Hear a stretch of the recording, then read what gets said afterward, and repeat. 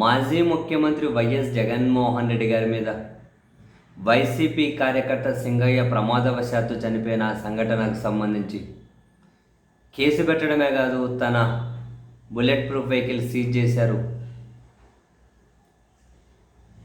And తనని ఎంత బద్నాం చేయాలో, అబ్బో తనకి సంబంధం లేని దగ్గర కూడా చాలా దారుణంగా బద్నాం చేసుకుంటూ వెళ్తూ ఉన్నారు. ఈ క్రమంలో వాళ్ళు హైకోర్టుకి వెళ్ళారు. హైకోర్టు వరుసగా 2 రోజులు వాయిదా పడింది, 3 రోజులు కూడా వాయిదా పడింది ఈరోజు విచారణ. బట్ హైకోర్టు కీలక వ్యాఖ్యలు చేసింది.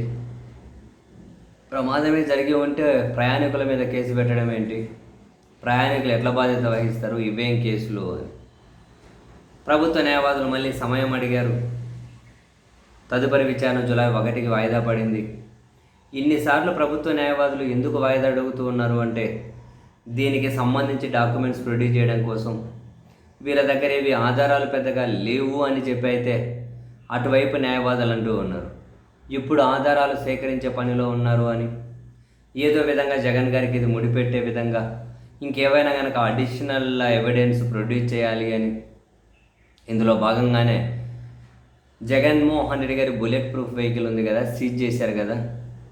సీజ్ చేసి గుంటూరు ఎస్పీ కార్యాలయంలో పెట్టారట.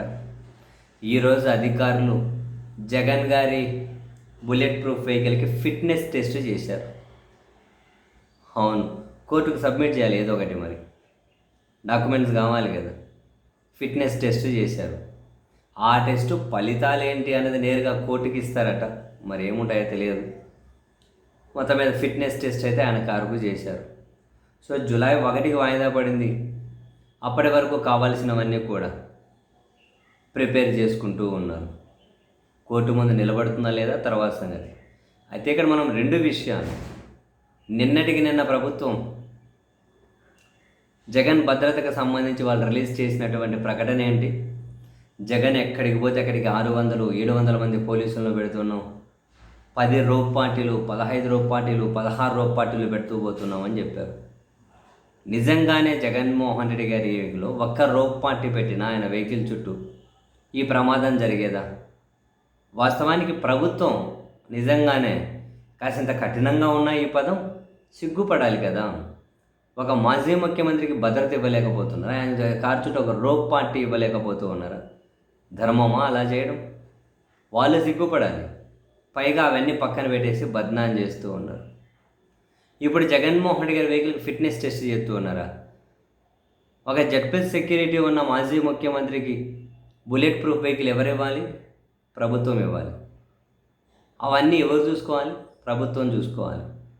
వీళ్ళు ఫెయిల్ అయ్యారనే, వీళ్ళు ఇవ్వడం లేదనే కదా జగన్ గారు సొంత వెహికల్ తెచ్చుకున్నారు. ఇప్పుడు పోయి ఫిట్నెస్ టెస్ట్లు చేస్తారా? మీరు వెహికల్ ఇవ్వలే, మీరు ఆయనకు భద్రత తీసుకోలే, ఇవ్వలే సరిగ్గా, మరి ప్రభుత్వం సిగ్గుపడాలి కదా. ఒక రాష్ట్రంలో ఒక వివిఐపి మాజీ ముఖ్యమంత్రి జెడ్పీఎస్ సెక్యూరిటీ ఉన్న వ్యక్తి సొంత వెహికల్ కొనకొచ్చుకున్నాడు. ప్రభుత్వం సిగ్గుపడాల్సిన అవసరం లేదా? ఇప్పుడేమో ఫిట్నెస్ టెస్టులు చేస్తారంట, ఇప్పుడేమో కేసులు పెడతారంట. భలే ఉందా వీళ్ళ వ్యవహారం, ఏ మాట కా మాట కానీ.